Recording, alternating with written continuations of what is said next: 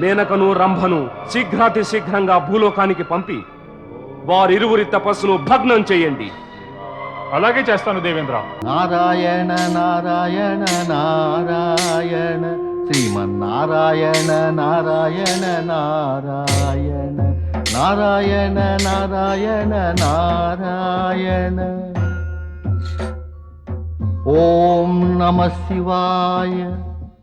ఆశ్చర్యమే ప్రభు, నేడు తమరు సమాధిలో లీనం కాలేదే, చక్కగా ఎంతో ఆనందంగా తిరుగుతున్నారే. నీకోసమే నారదా, సమాధిలో ఉంటే నీకు దర్శనమెలా ఇస్తాను? చెప్పు నారదా, ఏమిటి సమాచారం?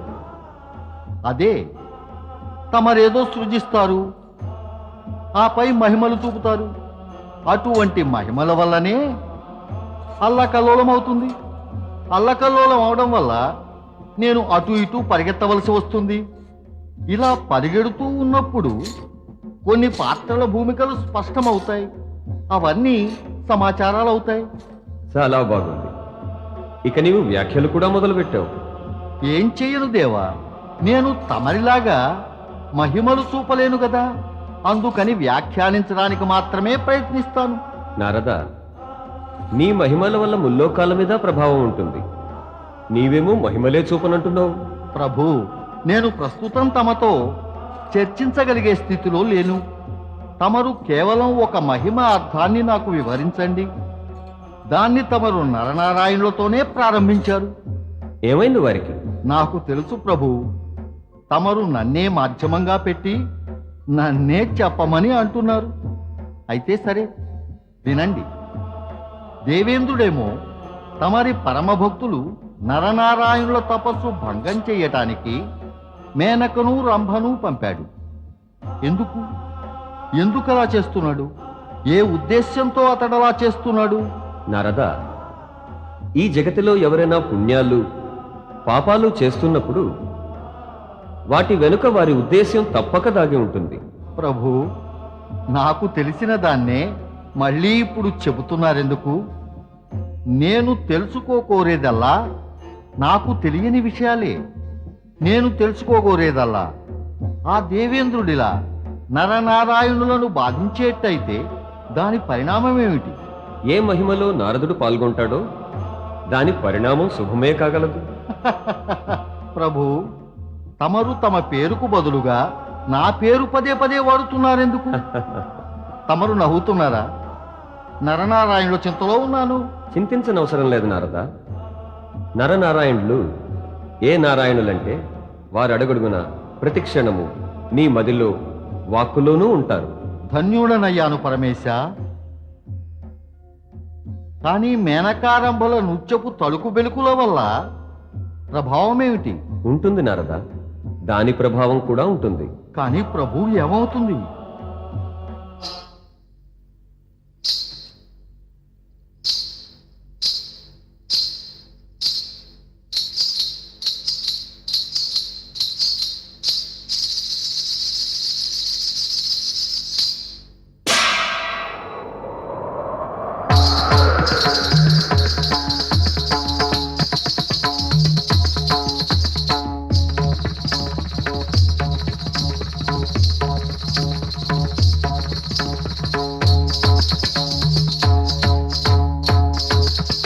చూస్తున్నారుగా వరుణదేవా,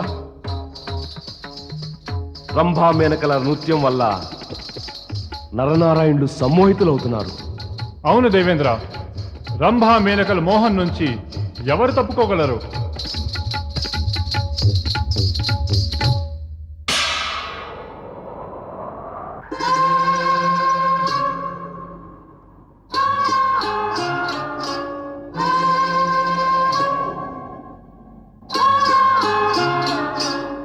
చూద్దాం, ఇంక ఎంతసేపు తపస్సు చేస్తారో వీరిరువురు.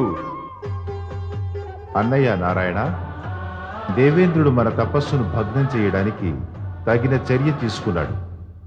మన తపస్సు కొనసాగించాలంటే మనం కూడా తగిన ఏర్పాట్లు చేసుకోవాలి.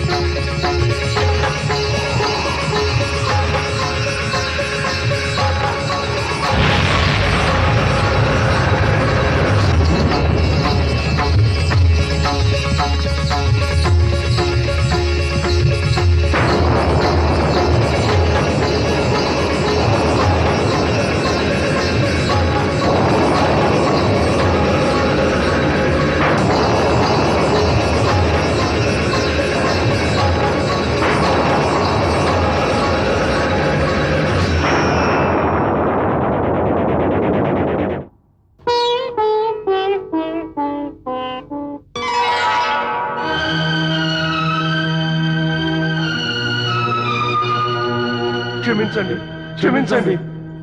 శివభక్తులారా మమ్ము క్షమించండి. అపరాధికి క్షమాపణ, దండించాలి, అదే న్యాయం. తమ్ముడు, మొదట మీరు చెప్పేది విందాం. ఏ అపరాధం క్షమించాలో ఎందుకో.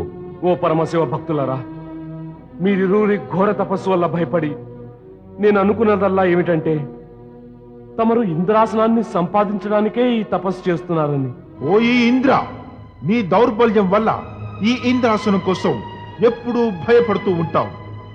నీకన్నా శక్తివంతులను చూస్తే ఇక తేలిందేమిటంటే మేము అత్యంత శక్తి గలవారమని. శక్తివంతులమైనప్పటికీ మాలోని కామము, ఇచ్ఛ, మోహము, భోగాలు, సుఖాలు, వైభవము, రాజ్యకాంక్ష అన్నింటినీ పరిత్యజించి పరమేశ్వరుని చరణాలు నమ్మి భక్తి శ్రద్ధలతో మా తపస్సు ఆరంభించాము. అయినా కూడా నీవు స్వర్గపు ఇద్దరు మేలైన అప్సరసల్ని మా తపస్సు భంగం చేయి పంపావా?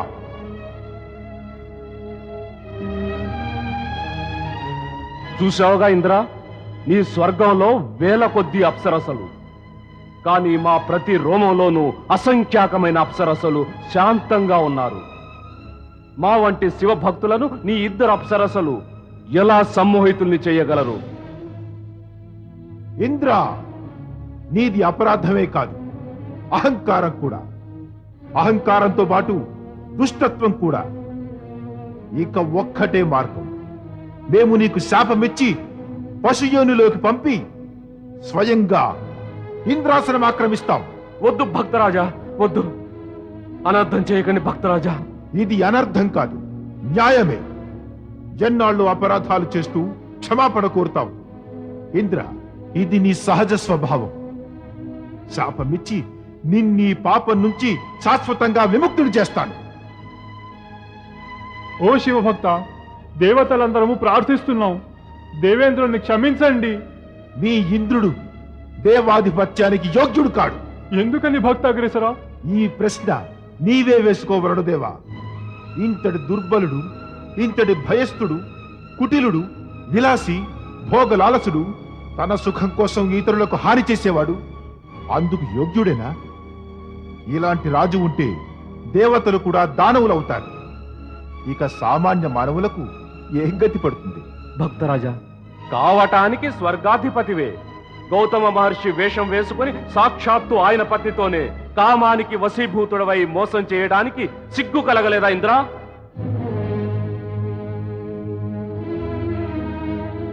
నీ జీవితం కూడా కపటత్వం, భోగ విలాసాలు, అవినీతి, అమర్యాదలతో దుర్గంధపూరితమైన ఒక చెదల పుట్ట.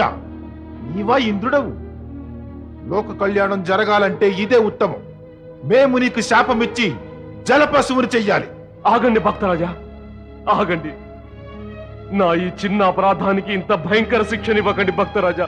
శిక్ష ఎంతటిదో అపరాధి కాదు, శిక్షించేవారే నిర్ణయిస్తారు. నిన్ను పశువుగా, ఎలుకగా, కుక్కగా, గాడిదగా చేసినా కూడా నీవు నిర్దోషులకు హాని కలిగిస్తూనే ఉంటావు. అందుకే నిన్ను పాషాణంగా చేయడం మంచిది. నేను నీకు శాపం ఇస్తున్నాను. క్షమించండి భక్తవర్య, క్షమించండి.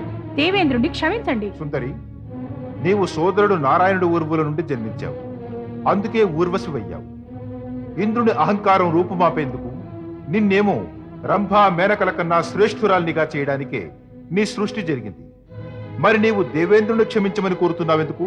భక్తవర్య, ఇతడు దేవేంద్రుడే కాదు, కళలకు ప్రశంసకుడు, రక్షకుడు కూడా.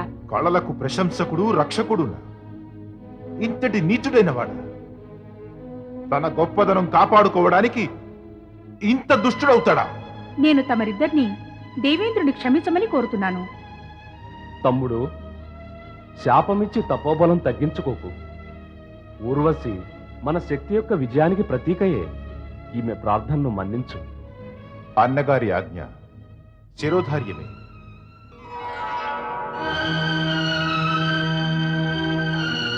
ఇంక నాకేమీ ఆజ్ఞ భక్తరాజా? నేను మీ నుంచే జన్మించాను, ఇప్పుడేం చెయ్యను? ఊర్వశి, మేము తాపసులము. నీ నివాసం మాతోటి వీలు కానేరదు. నీవు నృత్య కళకే సజీవ ప్రతీకవు. దేవేంద్రుని వద్ద స్వర్గంలో కళలకు గౌరవము రక్షణ లభిస్తాయి. అందుకే మేము నిన్నొక దివ్య బహుమతిగా స్వర్గాధిపతికి అప్పగిస్తాం. ఆ స్థానమే నీకు ఉచితమైనది. భక్తరాజా, మేమంతా మీ దయకు కృపకు పాత్రులం. మా భక్తిపూర్వక ప్రణామాలు స్వీకరించండి.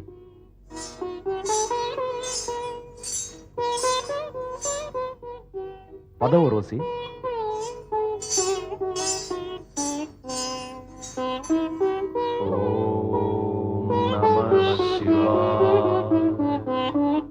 ఓం నమః శివాయ. ఓం నమః శివాయ. ఓం నమః శివాయ. ఓం నమః శివాయ. ఓం నమః శివాయ. ఓం నమః శివాయ. ఓం నమః శివాయ. ఓం నమః శివాయ. ఓం నమః శివాయ. ఓం నమః శివాయ. ఓం నమః శివాయ. ఓం నమః శివాయ. ఓం నమః శివాయ.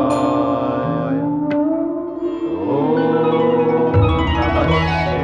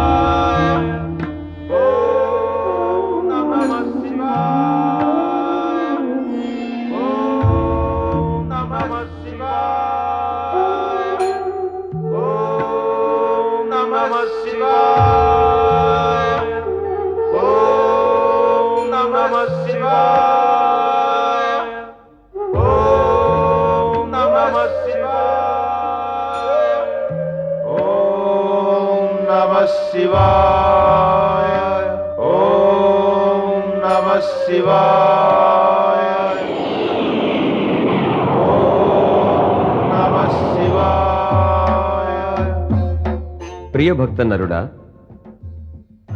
నారాయణ, కళ్ళు తెరు నారాయణ. ఓ పరమేశ ప్రభు. లేవండి భక్తులారా. లేచి ఎక్కడికి వెళ్తాం ప్రభు? మా స్థానం తమ చరణాల వద్దనే కదా. తమ దర్శనం పొంది మా జీవితం సఫలమయ్యింది. మేము ధన్యులమయ్యాం. జీవితం సఫలము ధన్యము అయిందంటే మీ ఇరువురి తపస్సు, శ్రద్ధ, నిష్ఠా, భక్తే మూల కారణాలు. మీ పట్ల నే ప్రసన్నుండి. కోరుకోండి, ఏం వరం కావాలో. తమరి దర్శనమైంది, ఇంకా కోరుకునేందుకు ఏం మిగిలింది భక్తవత్సల? తమరి దర్శనం కలిగాక జగతిలోని వస్తువులన్నీ విలువను కోల్పోయాయి. తమరి దర్శనం ప్రాప్తించిన తరువాత ఇంకేదైనా కోరుకోవడం మూర్ఖత్వమే. తమరి సాక్షాత్కారంతో ఆనందం పొందిన మా ఆత్మలకు మరేదో కోరుకుని ఆనందం కోల్పోయే ఉద్దేశం లేదు ప్రభు. మేము తమ నామాన్ని జపించడం వరాలు కోరే ఉద్దేశంతో చేయలేదు ప్రభు.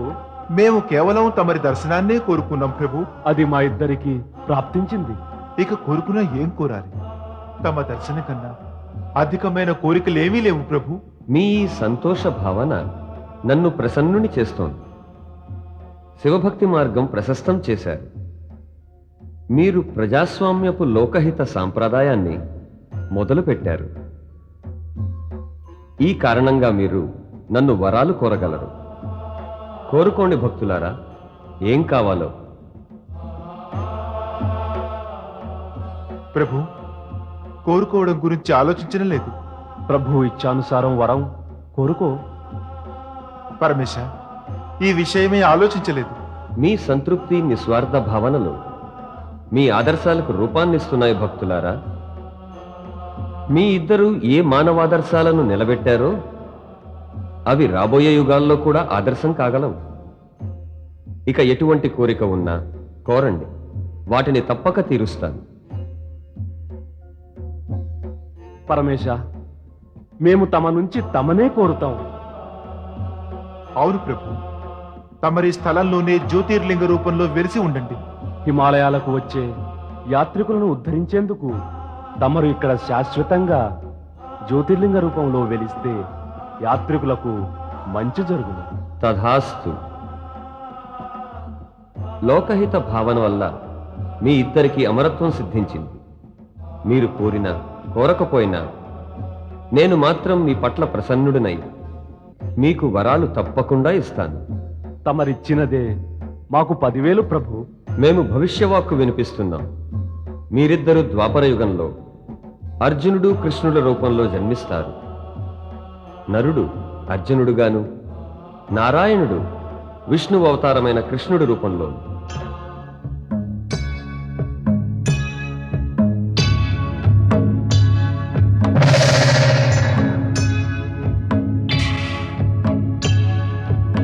ఓం నమః శివాయ. శివుని భక్తులు సంకట స్థితి వచ్చిన పిలిచిన ఎప్పుడు, శివుని భక్తులు సంకట స్థితి వచ్చిన పిలిచిన ఎప్పుడు, అప్పుడు వచ్చెను జ్యోతిర్లింగంలో హజర అమర శివ శంకరుడు. హజర అమర శివ శంకరుడు, హజర అమర శివ శంకరుడు, హజర అమర శివ శంకరుడు, హజర అమర శివ శంకరుడు, హజర అమర శివ శంకరుడు, హజర అమర శివ శంకరుడు, హజర అమర శివ శంకరుడు, హజర అమర శివ శంకరుడు.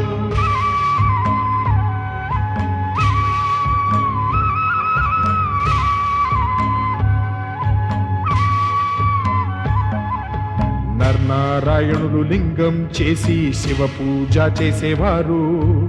ఇద్దరు శివునికి తమ జీవితం సమర్పణ చేసేశారు. ప్రత్యక్షమయ్యే శివుడు ఎదురుగా ఏదైనా వరాలు కోరుకోమన్నాడు. ఇద్దరు భగవంతుని ఇదే రూపంలో ఇక్కడ విరాజిల్లమన్నారు. విని ప్రార్థన వారిద్దరిది మందహాసం చేశాడు శంకరుడు. అక్కడే హిమాచలంలో జ్యోతిర్లింగం కేదారేశ్వరుడయ్యాడు. నర్నారాయణులను కేదారేశ్వర్లో చేసుకున్న వారికి దర్శనం, మోక్ష లభిస్తుంది వారికి, పొందుతారు అన్నధనం. కేదారేశ్వర